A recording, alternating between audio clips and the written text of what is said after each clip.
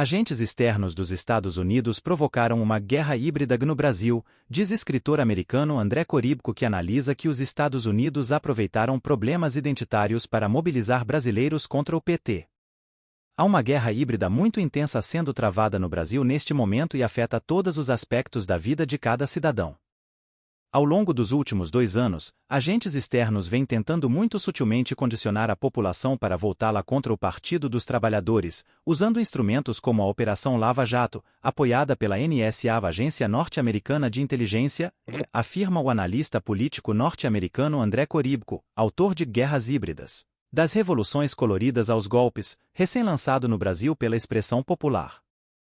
Coribco, que vive em Moscou e se dedica ao estudo das estratégias dos Estados Unidos na África e Eurásia, afirma que os Estados Unidos são os principais propulsores desses movimentos, que consistem em desestabilizar governos a partir de grandes manifestações de massa. São a fagulha que incendeia uma situação de conflito interno, como diz a apresentação do livro. Podem se transformar em golpe ou mesmo guerras não convencionais, daí a expressão guerra híbrida. Conselheiro do Institute for Strategic Studies and Predictions e jornalista na Sputnik News, ele também comentou a ascensão da candidatura de Jair Bolsonaro. Diz que os mentores externos da guerra híbrida no Brasil vinham há muito tempo moldando as condições sociopolíticas do país para facilitar o surgimento de um azarão que pudesse chegar ao poder e destruir tudo o que fora construído nos governos do Partido dos Trabalhadores. As guerras híbridas são conflitos identitários provocados por agentes externos, que exploram diferenças históricas, étnicas, religiosas, socioeconômicas e geográficas em países de importância geopolítica por meio da transição gradual das revoluções coloridas para a guerra não convencional, a fim de desestabilizar, controlar ou influenciar projetos de infraestrutura multipolares por meio de enfraquecimento do regime, troca do regime ou reorganização do regime. Em suma, isso significa que países como os Estados Unidos se aproveitam de problemas identitários em um Estado-alvo a fim de mobilizar algumas ou todas as questões identitárias mais comuns para provocar grandes movimentos de protesto, que podem então ser cooptados ou dirigidos por eles para atingir seus objetivos políticos.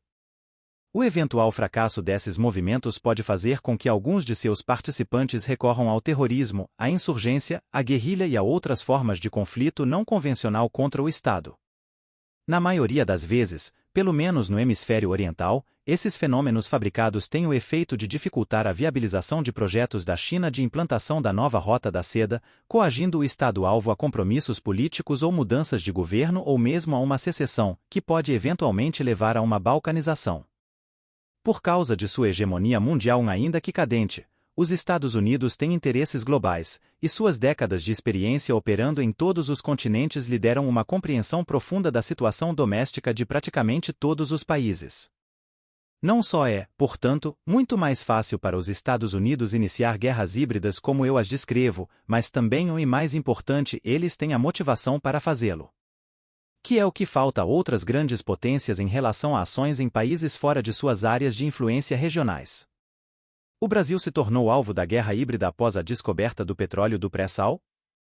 Na minha opinião, o Brasil se tornou um alvo desde a eleição de Lula e seu movimento em direção à multipolaridade, mas a subsequente descoberta das reservas de petróleo do pré-sal definitivamente acrescentou um novo ímpeto à guerra híbrida dos Estados Unidos no Brasil, embora apenas porque esses recursos seriam vendidos para a China. Se Lula tivesse fechado um acordo com os Estados Unidos para fornecer acesso irrestrito ao pré-sal e também permitisse que Washington aproveitasse essa vantagem para controlar o acesso da China ao mesmo, então os Estados Unidos poderiam não ter motivação para empreender uma guerra híbrida no Brasil, ou poderia ser atenuada ou adiada. Porém, por causa da posição independente de Lula sobre os depósitos do pré-sal e muitas outras questões, ele e sua sucessora foram vistos como alvos legítimos pelos Estados Unidos porque Washington temia que eles acelerassem seu declínio hegemônico no hemisfério se não fossem detidos o mais rapidamente possível.